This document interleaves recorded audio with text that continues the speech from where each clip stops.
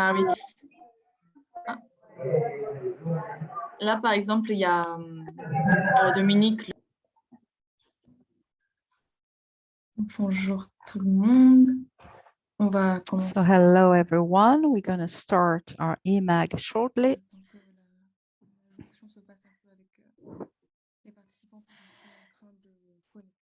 We're still waiting for a few more participants to join. This eMag is translated live.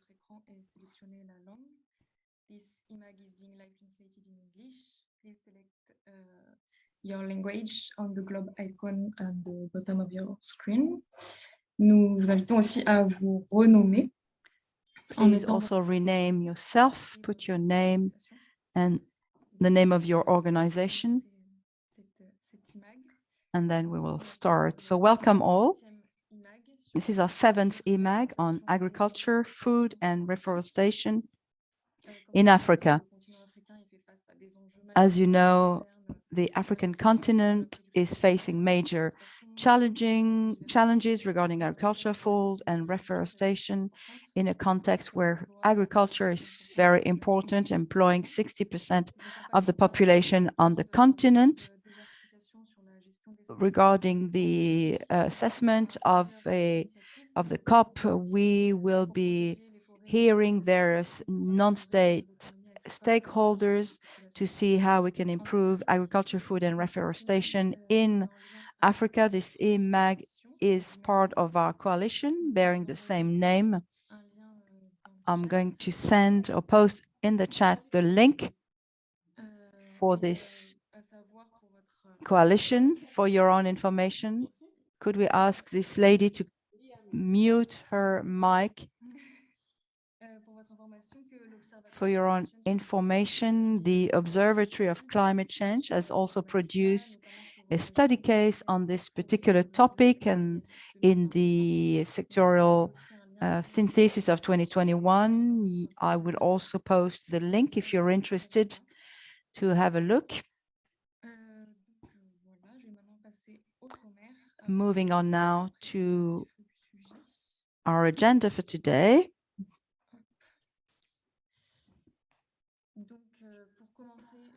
So to start, we will have Marie Takouleu, who is editor of Afrik 21, also a partner of eMag. He will touch base on the COP15. Then we will have Raimat, the director of biodiversity at Climate Change. She will give us an insight on other projects. She will talk about connectivity and also some climate change projects related to biodiversity. We will continue with the forest and biodiversity and agriculture with our next speaker. We will see a short extract of a film as part of the sustainable development and mangrove growing in Guinea-Bissau. Guillaume Babin will comment this extract. In the second part of our eMag, we will focus on agriculture and food supply in Senegal with first Mrs. Mbodj, who is the director of planification and sustainable development for the city of Dakar, and she will talk about a partnership between Dakar and Milano. And our last speaker, Fatou Ndoye, who is in Bonn, but she's here with us. She managed to connect, and she will talk about a project of the FDIAC,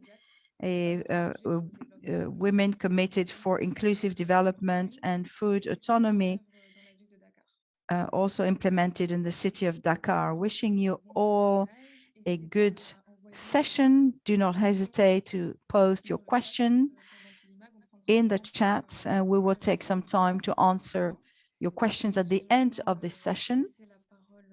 I will now give the floor to our first speaker, Marie Takouleu, and see what you have noticed following the COP15 regarding deforestation or reforestation. What kind of stock can you take from this? Yes, hello everyone. Besides the COP or beyond the COP, the challenges regarding food, agriculture and reforestation is a global challenge in this context and on our continent.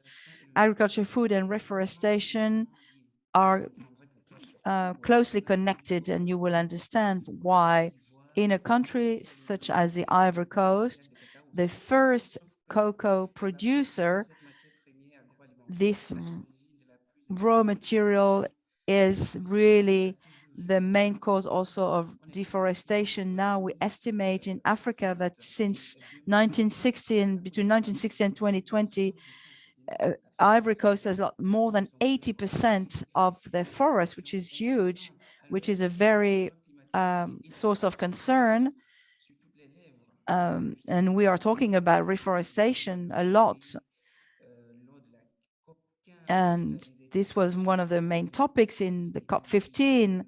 And following this COP15, participants decided to restore by 2030 most of these damaged forests. This is part of the Abidjan initiatives in order to collect more than $1 billion for restoring forests which have been damaged by droughts and deforestation. Because of this situation, many multinational companies involved in food industry have promised at Abidjan to act in favor of the reforestation in the Ivory Coast. This is a case of Nestlé, for example, the Swiss company, which promised to train and to reforest and to, especially in view of coffee and cocoa productions, with a promise of planting more than 1 million trees. The company will contribute up till 2.5 million euros in this rehabilitation program in the west of Ivory Coast. This forest is threatened not only because of illegal wood cutting, timber cutting, but also because of illegal cultivation of cocoa plants in order to make sure that the production will be sustainable. This project has been upscaled as part of innovations for transforming and transition. This project of agroforestry is supported by the FAO and the global funds of the UN. But news regarding agriculture and reforestation is not only connected to COP15. Over the last few weeks, several initiatives took place. The World Bank, for example, released some funds, $163 million from Morocco in order to support agriculture, resilient agriculture. We need to understand that Morocco is also facing unprecedented droughts affecting the soils, but the Kingdom of Morocco is looking at other alternatives, such as using used waters and desalting seawater as part of a public-private partnership with Spain.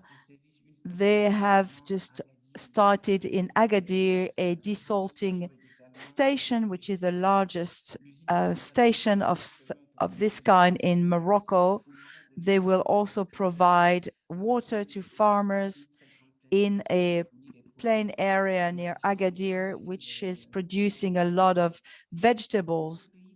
Another country affected by the drought, that is Somalia, especially threatening the farmers and producers. Except for Morocco, all of these countries in the east of Africa do not have the same focus and do not have the same support.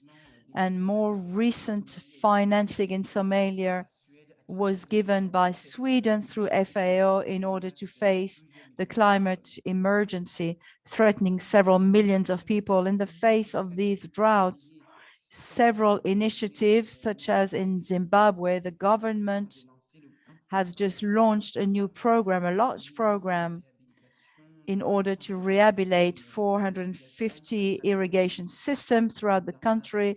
In Uganda, not far from there, there is also a program from the UN, an associated program, in order to integrate artificial intelligence used in agriculture to face climate change in order to plan beforehand weather forecasts and to help farmers to adapt to droughts, which have been longer and longer over the last few years. We are going to be talking about reforestation. There is another important program of $71 million thanks to a fund from Zimbabwe. The purpose of this program is to restore over 2,000 hectares of damaged forest. I think I've covered pretty much all the latest news regarding agriculture, food, and reforestation in view of climate change. And I will stop for now. Thank you very much, Jean-Marie. That was a good overview of the latest initiatives and funding projects and in this particular domain area. We will also share the link to your website, Afrik 21, with many articles regarding COP15 and what you've been doing in the meantime. And maybe you can tell us more about this. Tell us what climate change has been saying and what kind of messages climate change has been convening, and then talk about the climate change projects, ecological connectivity. Tell us a bit more about your feedback on COP15 and your own conclusions and finding. Yes, indeed. Thank you very much. Coming back to Mr. Takouleu just said, indeed, we have taken part in the COP15 meeting, and during our presence there, we went there with a specific goal, and we wanted to focus on the issues of cities. And to our great surprise, we realized that this topic was not really tackled or addressed during the COP15. And we wanted to have this topic on the forefront. We believe that the relationship between cities and land, and more specifically between the urban world and the rural world, is fundamental. We are raising questions which are not that different between Europe and Africa. As we all know, urbanization is growing. By 2050, more than 60% of the world population will live in cities. And this is raising a number of questions regarding the use of soils. Urbanization has consequences on the progression, for example, of droughts. Urbanization or urban planning is also raising question when it comes to food systems. In the past, most villages were in rural areas, but this urban growth is also raising questions regarding the supply in water, in energy, in food in those areas, often to the detriment of other areas. So we went to the COP15 trying to convey this message and the necessity to have a close dialogue between the cities and the villages. And this dialogue seems to be still at an embryonic level. So we also communicated another message, which is getting closer between the three COP topics. The three COPs are tackled separately at the moment, yet there are some close interactions between the three. COP15, and we saw this despite its use, which of course is not questioned yet. COP15 was a small COP, very little exposed to the media compared to other COP conferences. We believe that getting closer would be important. We still don't know in which form or which manner this should take place. There's a fear of being absorbed by the larger climate COP, but at Climate Change, we want to break those silos in order to be more efficient. That was my first point. This is the feedback from COP15, if you like. A second point,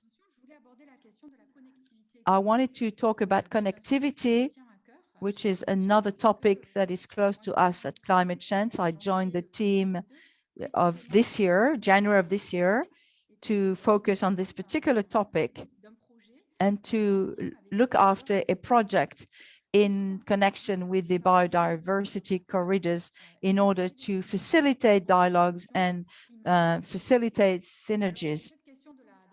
Now, regarding ecological connectivity and biodiversity, what we can say for Europe and Africa is that the protection of biodiversity has many positive effects on ecosystems, on climate, on economy, on populations.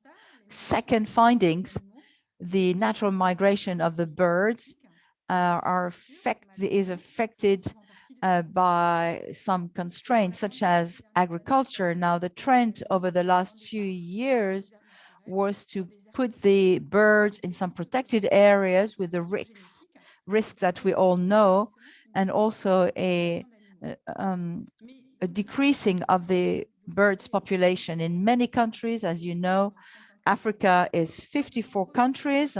In many of those countries, animals continue to migrate beyond the borders.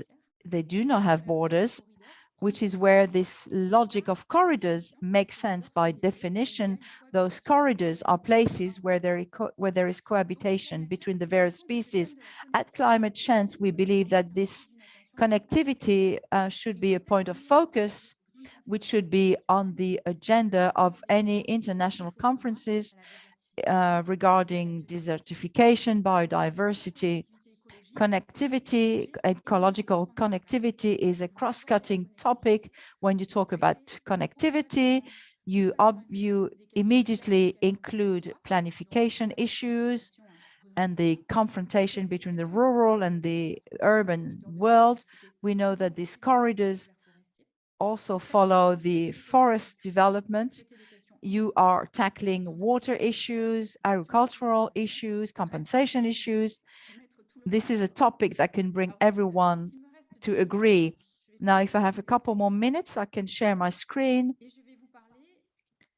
And I will now talk about the project which we are developing in Guinea.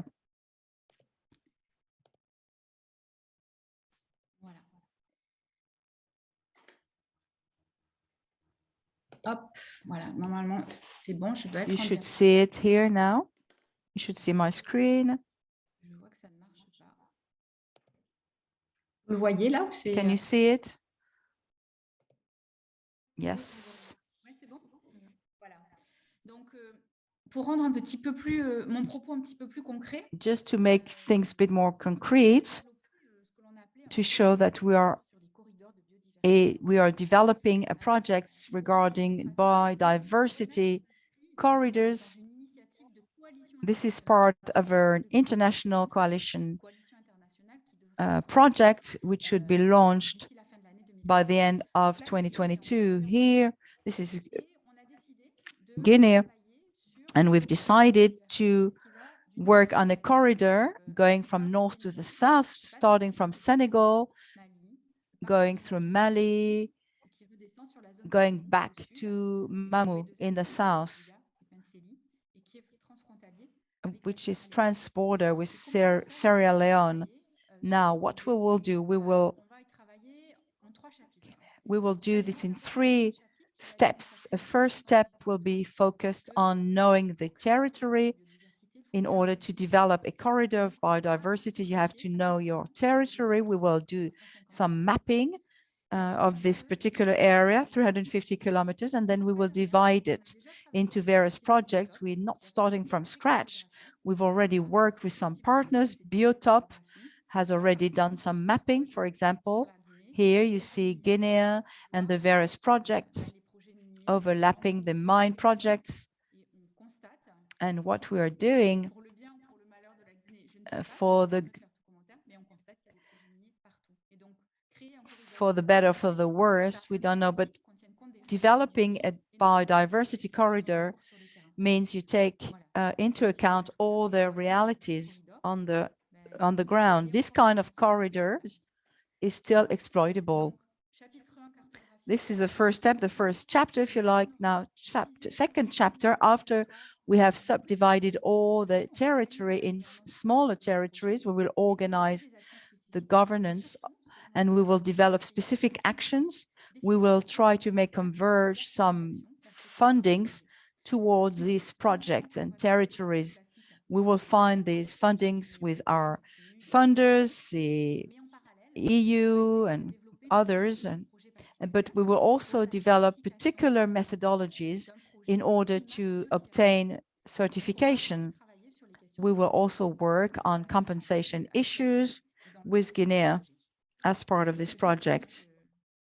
Moving on quickly, I will be available for questions. Just to conclude what I'm saying, it is necessary for us at Climate Change. We have to think and act practically depending on our skills and competencies with integrated projects using all the various efforts and tools. And this could be an example that includes all the issues around reforestation and food agricultural. This is a good project, and I'm sure there are many others as well. Thank you for your attention, and I'm available for any questions. Thank you, Anne. Very interesting. Do not hesitate to post any questions via the chat box or raise questions to Anne directly if you need some additional information. This is a systemic project which is really interesting, and it's good that we are able to give you some updates on what we do. Now, we're going to stay in the same region. We're now going to go to Guinea-Bissau, and we are going to watch an extract of the film, which I mentioned in my introduction, which has been filmed by UNIVERS-SEL. This is an association regarding mangrove plantations, and then Guillaume Babin will tell us a little bit more about this project. Cette coopération, qui est plus du coup sur l'agriculture. And we will be talking about agriculture.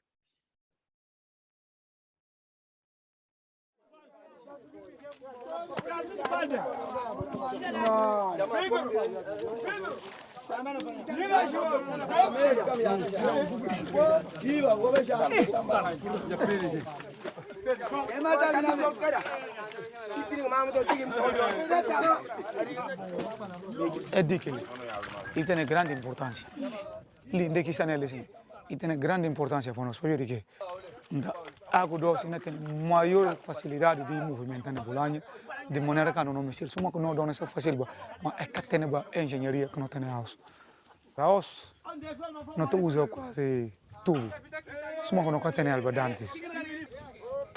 Okay, I'm not seeing the subtitles, unfortunately, but I think they're saying that we now have tools. We did not have tools before. We want to secure rice crops through a simple technique. We support them in the rearranging of their water systems.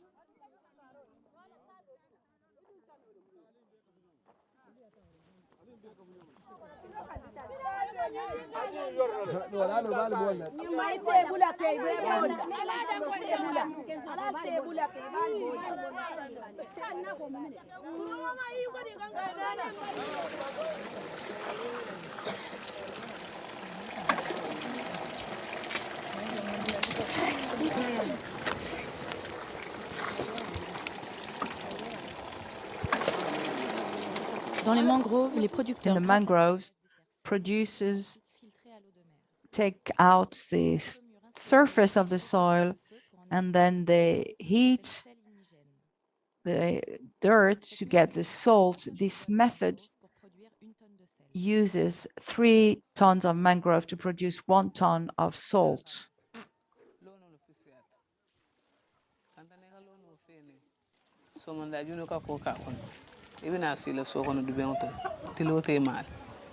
kan de kara lono fene han ka juto mbo sitano ala la mera hajote isedi on je soko no isedi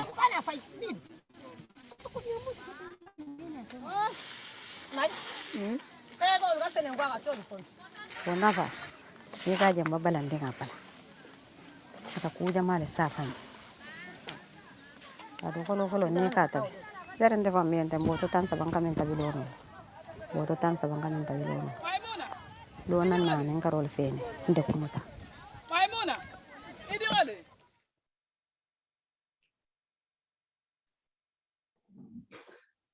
Merci.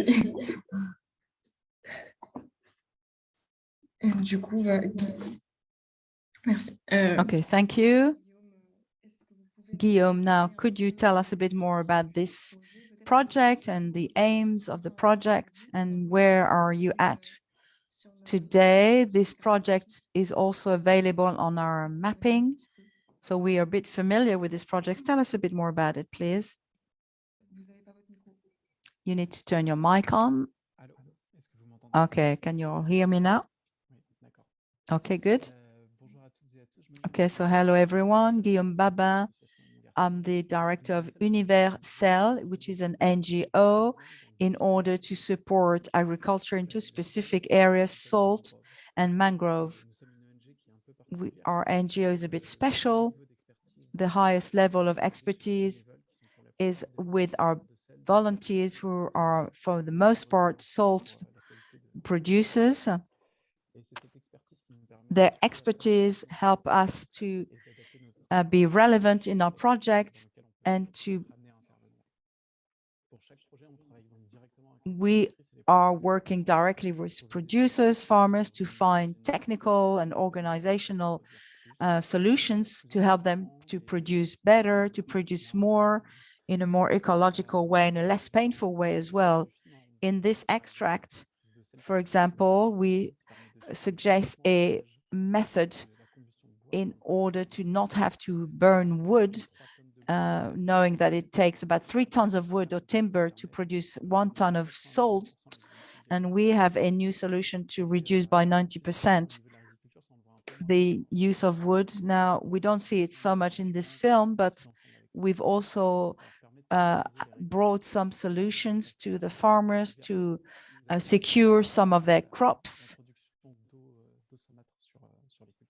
especially to avoid water over the crops at the time of the harvest. So we are also able to better master any events of droughts or heavy floods, heavy rainfall. As part of our project, we have supported about 700 producers for salt and mangroves. Our techniques, as part of this project, we also have 6 other projects which have duplicated this technique, which means that we are able to multiply the impact thanks to this sustainable project.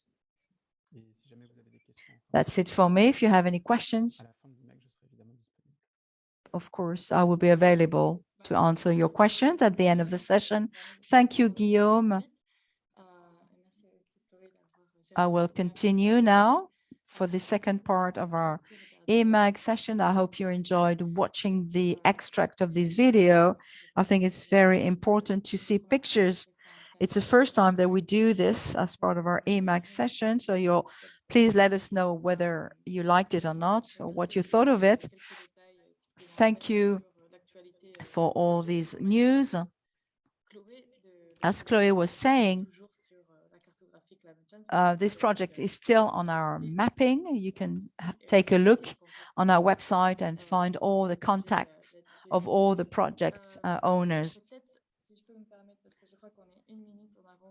I think we're slightly in advance of our schedule. So either Anne maybe or Jean-Marie, would you like to maybe make a comment or react to what we've just said and conclude this first part of our session, and then we will move on to the second part. I don't know if Anne would like to say something, just to react to what I just saw and the presentation by Guillaume.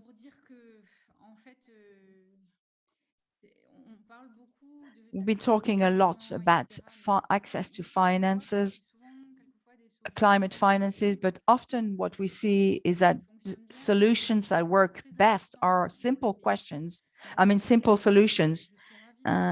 So I'm glad I saw that. I think it's a great film which really speaks for itself and really interesting. By adapting solutions to the local context, it helps whole villages to make a living. Really, really inspiring. Thank you. Thank you, Anne. Jean-Marie, I did not see your hand being raised, so let's move on now to the second part of our Mr. Kalomba and Ouattara. If you don't mind, we will wait till the end of our session for your questions, and we will gladly listen to you at the end. Now, let's move on to the second part of our eMag, and we will focus on agriculture and in urban areas. And we will now have the presentation of two projects, one regarding decentralized cooperation between Dakar and Abidjan. And Madame Ndeye will now turn on her mic. And then with Mrs. Ndoye, representing the project there, we will talk about gender issues and food issues in Senegal. I'm going to share my screen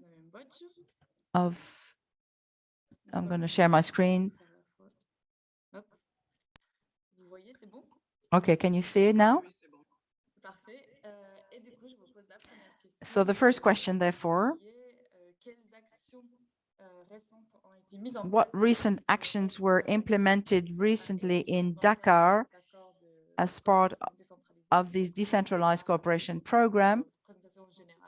Should give us, first of all, a general overview of this decentralized cooperation. You have the floor. Thank you very much. I'm going to tell you a little bit about Dakar, which is a megapole with the exponential growth, demographic growth, leading to some malnutrition and poverty issues. Over 1 million of people living in the city with a very high density. Dakar is experiencing internal and external migration from the sub-region. Therefore, the challenge we are facing in Dakar is to actually feed a growing population in the city, and we have less and less farming land. We've talked about the disappearance of farming lands before. 80% of the economic activities are taking place in Dakar, the capital of Senegal, which is why we are facing a serious issue of nutrition and poverty within the population. Therefore, Dakar, in partnership with Milano, has developed and implemented a cooperation project, decentralized cooperation project, which is what we call micro gardening, which is an alternative sustainable food system for a population facing food insecurity. Micro gardening is actually doing table market gardening or various supports. These are small units which are simple, which do not cost a lot of money, which are adapted to the various districts with high density in the city. Micro gardening uses wood, timber, rice straw, peanut shells, various substrates, which, for example, for peanut shells, which we pick up after the harvest, it requires little water. This is a way to meet the changes that we are facing here in Dakar. So this project is part of a decentralized cooperation project with Milano, with the support of the Foreign Ministry of Italy, those two cities signed a tripartite agreement with FAO. Funding comes from Milano. There is a steering committee, both from the FAO and the two cities, in order to give out the guidelines and the main direction of the project. Dakar is in charge of this project since 2010. The project of micro-gardening is managed by Dakar.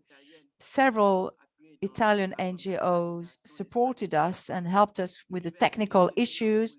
Also, the University of Milano for research. And we also have an organization in Dakar, the organization of micro-gardeners, which also has helped us. The Ministry of Agriculture, the Agricultural Department also contributed. So this is a real collaboration and cooperation project. Okay, merci déjà pour cette première partie. Thanks for this first presentation. It's very good to have the context. Also very interesting to hear how you worked with Milano. Now, practically speaking, if we're talking about resilience, adaptation for the city of Dakar,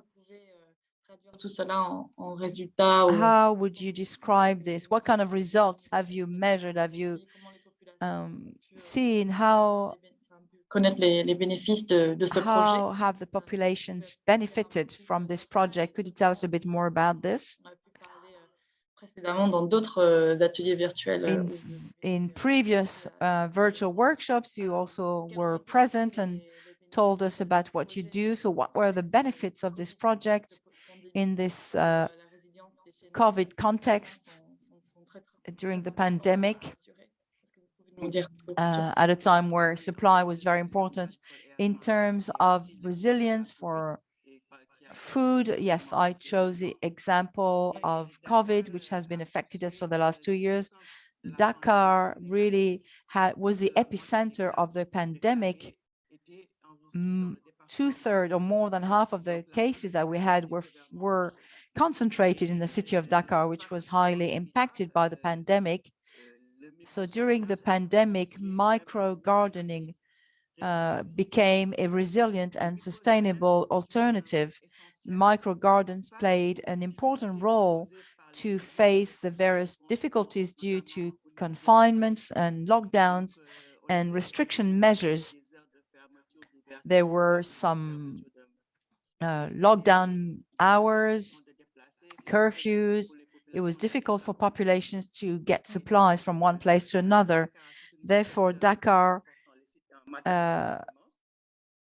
reinforced these various sites of market gardening, and the populations therefore were able to get supplies without any extra costs. Food had become very expensive at the time, but so the districts were, or the places where the micro gardening was taking place was close to the populations. Therefore, they did not have to travel far or to pay extra money to travel to get the supplies of market gardening. So it saved a lot of people and helped a lot of people to get good food. So we can say that this micro-gardening project was a solution in those districts and was able to meet some gaps. Thank you for this presentation. Thank you for highlighting again an example of something that may seem simple, such as micro-gardening in a city, but which was very efficient and very useful during the pandemic. I was going to ask you about this project today. Do you want to continue developing this project? Do you want to duplicate this somewhere else in the future? What are your updates? Yes, we are still strengthening our sites. This has become known, and people actually prefer to get their supplies from those sites or from other places than from other places. So people would rather pay a bit more money to get those products rather than get the products from other places which are maybe more polluted. There is a high demand. The new mayor of Dakar, we will start a new period of 3 months for training populations because people are asking for this. Of course, this can be duplicated in the rest of Senegal. This is a very low-cost technology which anyone can do. So we will continue to train people to do this. We have planned about 3 months of training. Okay, thank you very much. That's great. Thanks. Okay, we will now move on. For any additional information, if you agree, Mrs. Mbodj, we could send the link to our participants. Okay. Yeah, thank you. Thank you very much. Let's move on now. And here our last speaker for today, Mrs. Fatou Ndoye. I hope she was able to find a quiet place. Mrs. Ndoye is going to be sharing about best practice, which we had identified in our previous sessions. There is actually one session at the moment for in preparation of our next Dakar summit during the week of mobility, which will take place in October. But of course, you will receive all the information via our chat. So Mrs. Ndoye, hello. You are here to represent the FEDIAC project, which is a project to support women, an initiative of women in order to support women for food autonomy. Could you maybe first answer our questions? What are the key points which have been identified as part of the diagnostic of this project? Yes, hello everyone. Thanks for inviting me and giving me the floor. Just to remind you, following what we've just heard from the previous speaker regarding the situation in Senegal, we are dependent of exportations, and we have a growing urban population with high demographic growth, over 5,000 people per square meter for an average of 69 people in Dakar. We have a high contribution of women, especially for food programs.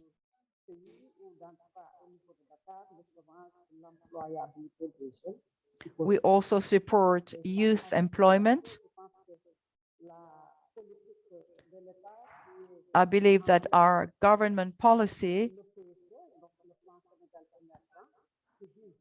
in line with the PSE, is aiming at finding solutions to support these projects to secure food supply and employment. Another thing I'd like to mention regarding our association, our project, FEDAIAAC, Women Committed to Inclusive Development and Food Autonomy, especially in this COVID or post-COVID context. We want to develop food sectors over the whole territory. We are developing a platform and encouraging women to take part in this project. Coming back to your question,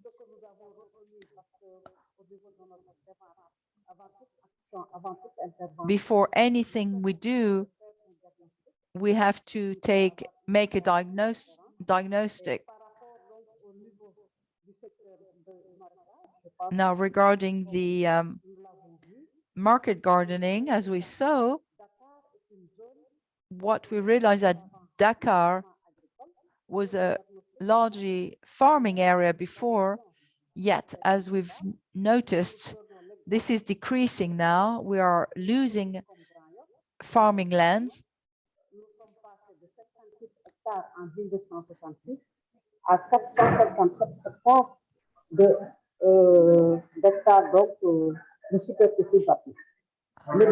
For example, in one particular area, we went from 56 hectares of farming land to 440 hectares of built and of land that has been built, and we have lost a lot of farming land. What we said earlier on,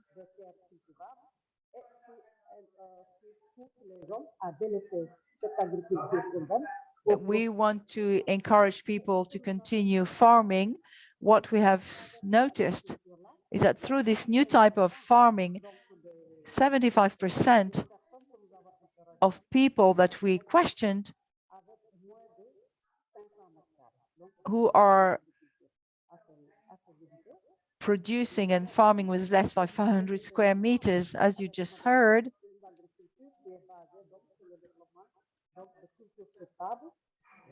we are now developing table market gardening in the city of Dakar. And this kind of farming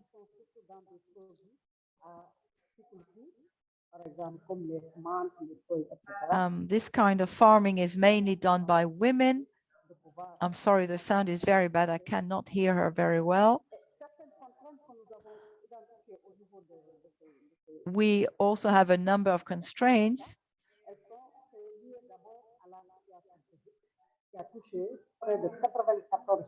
Mainly, of course, the COVID crisis, which affected over 94% of the population. We had a lack of finances, lack of material, lack of access to farming land, to water.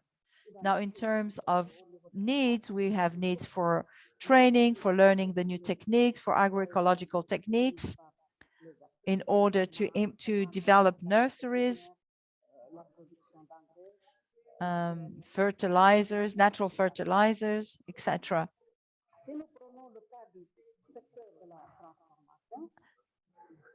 Now, regarding transformation, farmers are mainly women.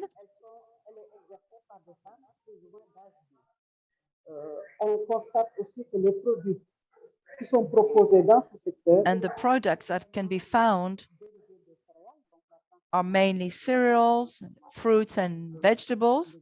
A lot of these women are over the age of 30.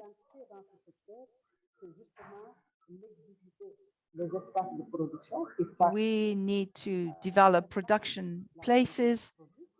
We need to enhance the quality of our products.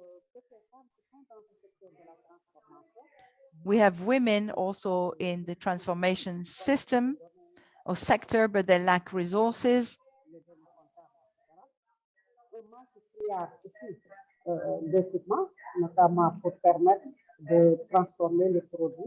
In order to transform their products.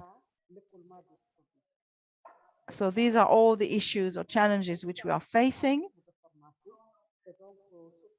There is also a lack of training, a lack of places for selling the products, and a lack of credit.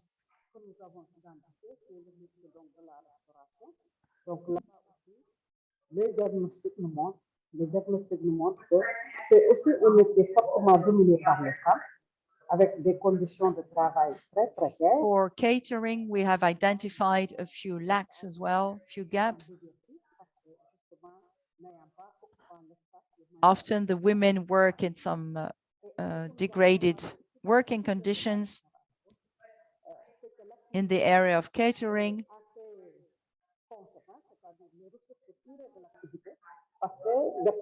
There is a lot of poverty.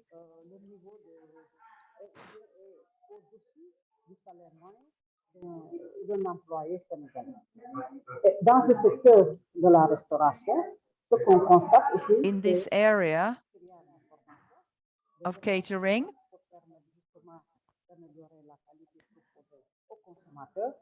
we have realized that we need also training to the new techniques, and we need to reinforce the equipment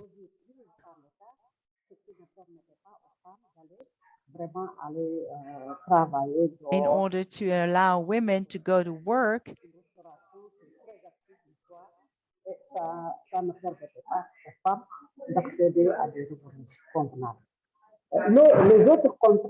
Now, other constraints, other obstacles which we have noticed is a lack of link and connections between the various stakeholders.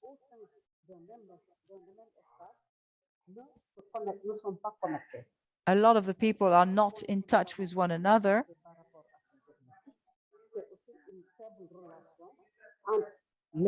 We need to develop relationships between local governments and stakeholders. So overall, this is a quick survey or a quick overview of what we are doing. I'm sorry, the sound is really awful. I can't hear. Thank you for this first part of your presentation. It's quite amazing what you are doing to get to that point of details, of listing all the data and the needs which you have listed is something very useful. Before you can actually start a project, I think it's important to lay out all the various needs and the challenges which you are facing. And this is something that we are trying to tackle as part of our climate change coalitions and during our summit. So thank you very much for your presentation. Now let's look at the actual project and see what you achieved. Maybe in 3 minutes, could you tell us a bit more about what the FEDIAC project achieved? And then we will have a few seconds left for questions. Yes, indeed. After identifying all these elements, we also identified the people who needed to be supported in this project. For example, we have done some capacity building. We have launched new sessions for developing general skills such as accountancy, management, leadership, budget, and gender issues. We've also reinforced or done some capacity building by implementing some mobile canteens for the caterers. We've also brought some solar equipment, such as solar pumps for the market gardening. We've also set up some tables for table market gardening.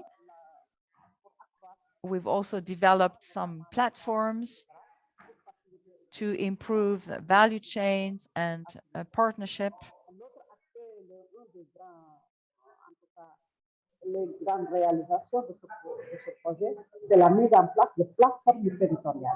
And we've also developed territorial platforms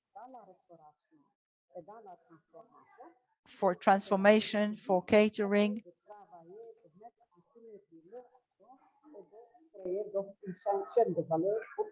to try to improve the value chain.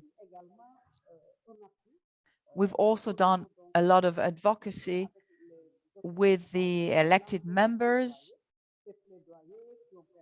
and we have seen some results.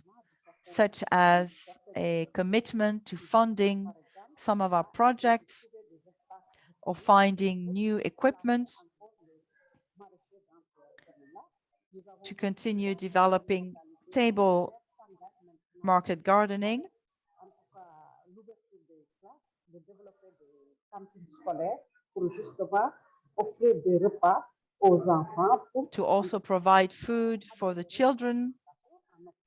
We've also appointed a focal point for the project who will be taking part in all the meetings of the municipality.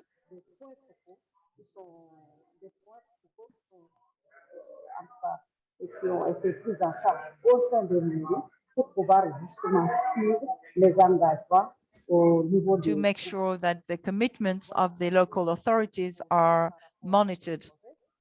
This is what I could say about this project.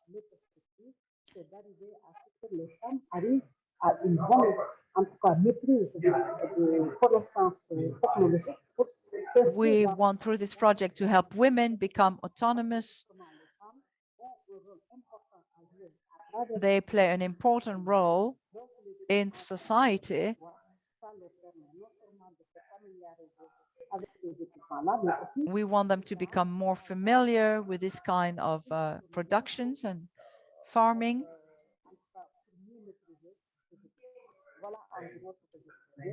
This is what I could say about this project in a nutshell. Thank you. Thank you very much. Bien entendre Ndoye, enfin, nous, il y a eu quelques soucis de son, mais on a bien suivi. Et juste pour rappeler aussi, we had some sound issues, but we were able to follow most of what you said. But we will make sure that we forward the written presentation. Thank you again for sharing these best practices. Now we're coming to the end of our session for today.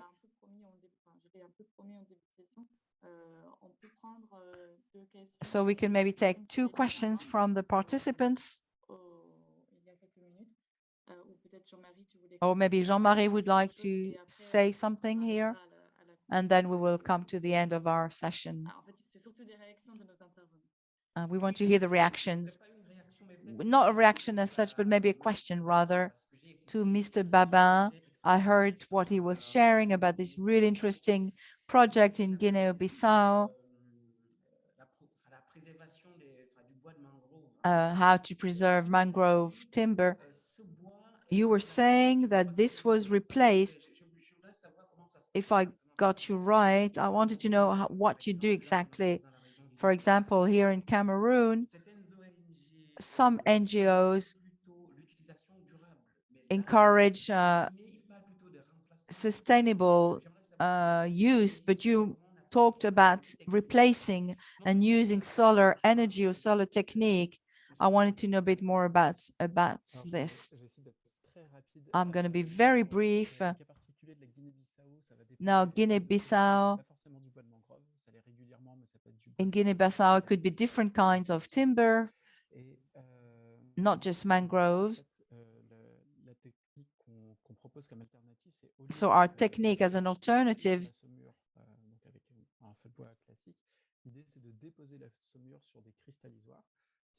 we are using a different technique. So once we have Saumura,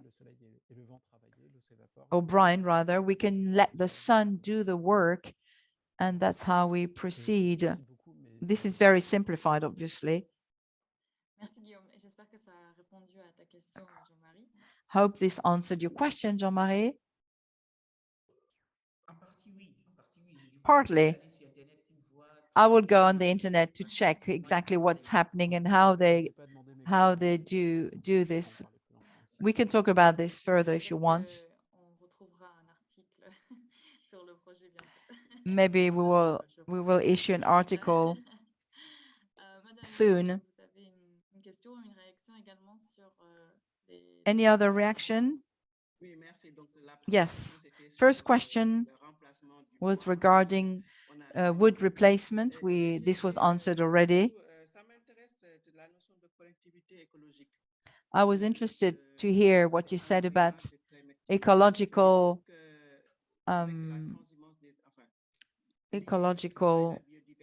biodiversity from Senegal to Mali. And I was interested in hearing about this project over the 3 countries.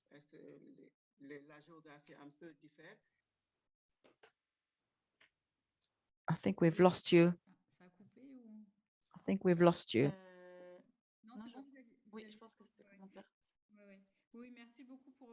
Thanks for your reaction. Indeed, animals do not have borders. Yeah, ecological connectivity forces countries to exchange, to talk together. This is also an interesting geopolitical aspect. When we look at the corridors, very quickly, we start facing different issues which force us to look at these issues in common and to look at a common strategy. This is a cross-cutting topic, obviously, with a connection between climate and biodiversity. So connectivity has a strong biodiversity impact and local impact as well. Really interesting. Thank you. Thank you very much. Very glad to be able to talk about this project and see what we will be able to announce in our future events, such as the Climate Change Summit in Dakar from October 4th to 6th. Just to say that we will all meet there and we are invited to join us, and we'll be talking about all of these sectors in relation to climate change and biodiversity especially.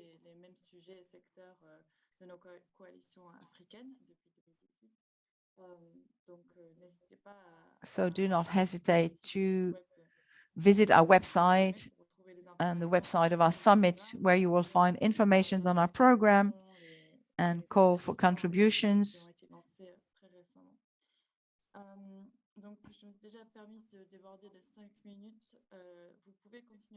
You can continue to stay on if you want. We can take one more question, but then we will have to release our interpreter and all of our speakers as well, who might need to go. Do we have one last question, maybe? Okay, one in the chat. Okay, let me read it.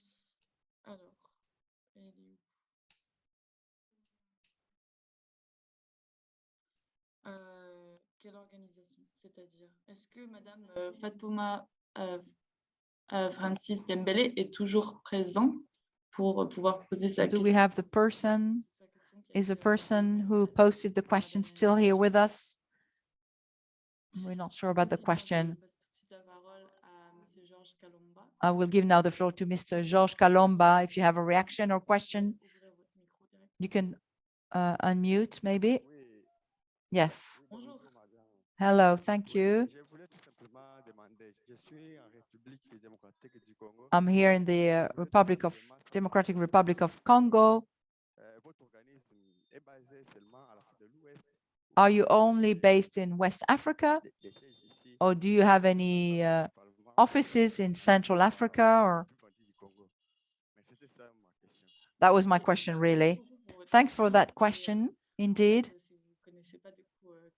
if you do not know us and don't know climate change, our offices are in Paris, but we are working mostly with a large network of non-state actors throughout the world. And since 2018, with Africa and our first climate change summit, African summit, which took place at in Ivory Coast in 2018. So these coalitions are made up of hundreds of actors working around the same issues, topics, covering various sectors of climate action, mobility, education, construction, agriculture, etc. these networks have stakeholders from all over the continent. We are not ourselves physically present everywhere, but we are working with people from all over the continent. So therefore, you could be in touch with other stakeholders. Hope I answered your question. I think we will have to stop for now.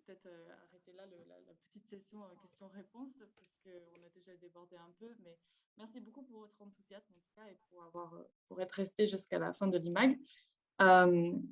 Je laisse plutôt Chloé prendre la conclusion. So Chloe will give us a word of conclusion.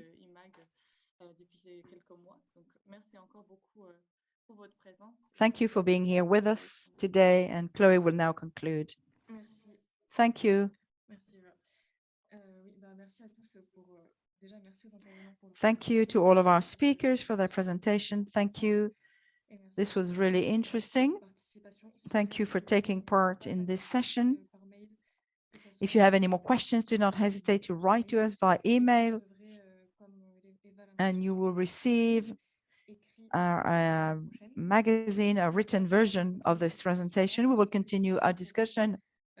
Continuer à Dakar en octobre pendant la semaine de la mobilité durable et du climat, pendant l'atelier qui y sera dédié, et dont l'objectif est aussi de préparer des messages à porter pour la COP27, pour porter la voix des acteurs non étatiques africains à la COP27 en Égypte. Donc voilà, n'hésitez pas à nous écrire à ce propos-là également. On est en train d'élaborer le programme actuellement que vous pouvez suivre en temps réel presque sur notre site qui est mis à jour régulièrement. Our website is updated regularly, so you can follow all our discussions there. Thank you again to all of our speakers. This was a broad theme, a topic, and it was really interesting to hear the idea of ecological connectivity, to talk about food systems, agriculture, reforestation, and so on. It was really interesting. So thank you all, and see you again on June 30th. This will be our next eMag on mobility. Thank you. Thank you, everyone. Bye-bye. Thank you for organizing this eMag. It was great. Thank you.